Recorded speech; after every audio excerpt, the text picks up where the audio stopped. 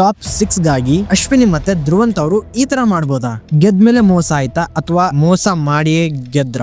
Recent ಆಗಿ ನೀವು ಕೂಡ ನೋಡಿದ್ದೀರಾ, ಟಾಪ್ 6 ಗಾಗಿ ಕೆಲವೊಂದು ಟಾಸ್ಕ್ ಗಳನ್ನ ಕೊಡ್ಲಾಗಿತ್ತು. ಅಂಡ್ ಆ ಒಂದು ಟಾಸ್ಕ್ ಅಲ್ಲಿ ಧ್ರುವಂತ್ ಮತ್ತೆ ಅಶ್ವಿನಿ ಅವರ ಆಟದ ಈ ಒಂದು ಸೀನ್ ನ ಅವರು ಪ್ರೇಕ್ಷಕರು ಅಬ್ಸರ್ವ್ ಮಾಡಿದ್ಮೇಲೆ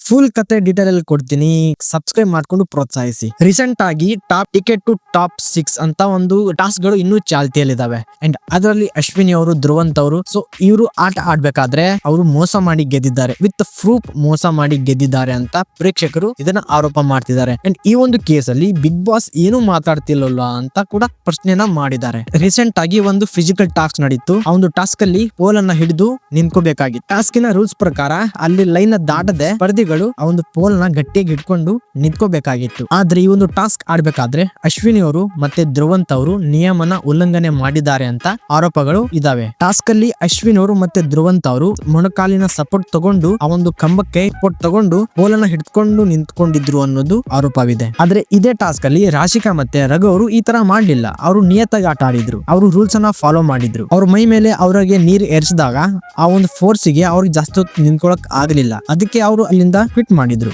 ಸೊ ಹೀಗಾಗಿ ಈ ಒಂದು ಟಾಸ್ಕ್ ಇಂದ ಔಟ್ ಆದ್ರು, ಟಾಸ್ಕ್ ಅಲ್ಲಿ ಸೋತ್ರು ಕೂಡ. ಸೊ ಇದನ್ನ ಗಮನಿಸಿದಂತಹ ಪ್ರೇಕ್ಷಕರು ಇವಾಗ ಇದು ಮೋಸದ ಆಟ ಆಗಿದೆ, ಇಲ್ಲಿ ಬಿಗ್ ಬಾಸ್ ಮನೆಯವರು ಏನು ಹೇಳ್ತಿಲ್ಲ ಅನ್ನೋದು ಆರೋಪವನ್ನ ಮಾಡ್ತಿದ್ದಾರೆ. ಸೊ ಕೆಲವೊಬ್ರು ಇದರ ಅಪೋಸಿಟ್ ಆಗಿ ಹೇಳ್ತಿದ್ದಾರೆ, ಗ್ರೇ ಏರಿಯಾದ ಸಪೋರ್ಟ್ ತಗೋಬಾರ್ದಂತ ಪುಸ್ತಕದ ರೂಲ್ಸ್ ಎಲ್ಲಿ ಬರ್ದಿದೆ, ಟಾಸ್ಕ್ ರೂಲ್ಸ್ ಎಲ್ಲಿ ಇತ್ತು ಅನ್ನೋದು ಕೆಲವೊಬ್ರು ಹೇಳಿದ್ದಾರೆ. ಬಟ್ ಇಲ್ಲಿ ಕೂಡ ಅಗೇನ್ ಪ್ರಶ್ನೆಗಳು ಹುಡ್ತಾವೆ ಮನಸ್ಸಲ್ಲಿ. ಆ ಒಂದು ಏರಿಯಾವನ್ನ ರಘು ಮತ್ತೆ ರಾಶಿಕಾ ಅವರು ಯೂಸ್ ಮಾಡಬಹುದಿತ್ತು, ಅವರು ಸಪೋರ್ಟ್ ತಗೋಬಹುದಿತ್ತು, ಬಟ್ ಯಾಕೆ ತಗೊಂಡಿಲ್ಲ? ಇಲ್ಲಿ ಸ್ಪರ್ಧಿಗಳಿಗೆ ಟಾಸ್ಕ್ ರೂಲ್ಸ್ ಬಗ್ಗೆ ಸರಿಯಾಗಿ ಗೊತ್ತಿಲ್ಲದೆ ಈ ತರ ಆಯ್ತಾ ಅಥವಾ ಬೇಕು ಅಂತಾನೆ ಈ ತರ ಮಾಡಿದ್ದ? ನಿಮ್ಗೆ ಅನ್ಸುತ್ತೆ? ಕಮೆಂಟ್ ಅಲ್ಲಿ ತಿಳಿಸಿ.